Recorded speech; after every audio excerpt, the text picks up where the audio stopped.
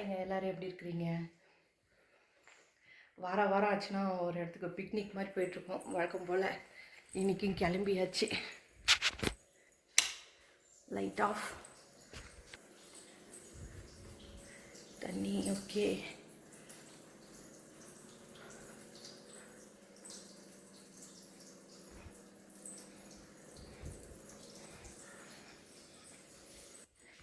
தண்ணி பாட்டில்,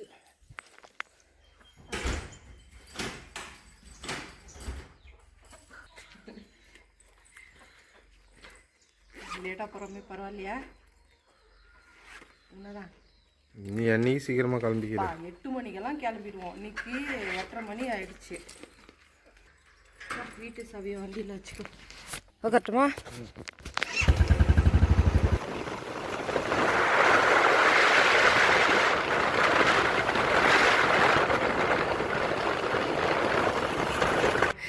புலம்பிட்டே வர பாருங்க. கரெக்டாக கோர்ட்டுக்கு 10:10க்கு வந்தோம். ஆனால் கூப்பிட்டது பார்த்தீங்கன்னா 12:05. அந்த டென்ஷன்லேயே எனக்கு பிபி பயங்கரமாக ரைஸ் ஆயிடுச்சு. அதுவும் இவரை விசாரணை பண்ணும்போது அவருக்கு இருந்துச்சா இல்லையான்னு தெரியல. டென்ஷன், அவ்வளோ டென்ஷன். என்ன சொன்னாங்கன்னு தெரியல. புலம்பிகிட்டே இருக்காரு.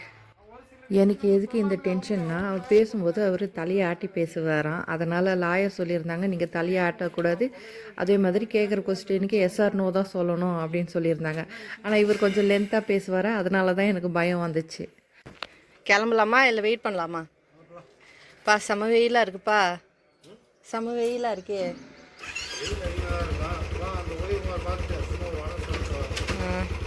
சரி,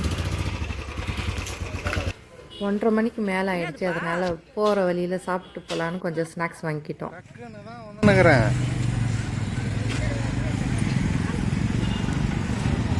ரோட்டில் கொஞ்சம் கிளாஸ் போட்டு பயமாக இருக்குங்களா?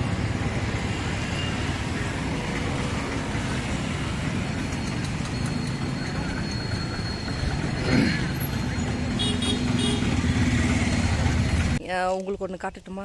இந்த காடு எவ்வளோ பச்சை பசேல்னு இருந்துச்சு. கிடைக்கிற கொஞ்சம் கேப்லேயே உட்காந்து சாப்பிட ஆரம்பிச்சிரு. இங்கே பாருங்க, இந்த காடு எந்த நிலமில் இருக்குது இப்போது. இங்கே பாருங்க, ஃபுல்லாக பற்ற வச்சுருக்காங்க.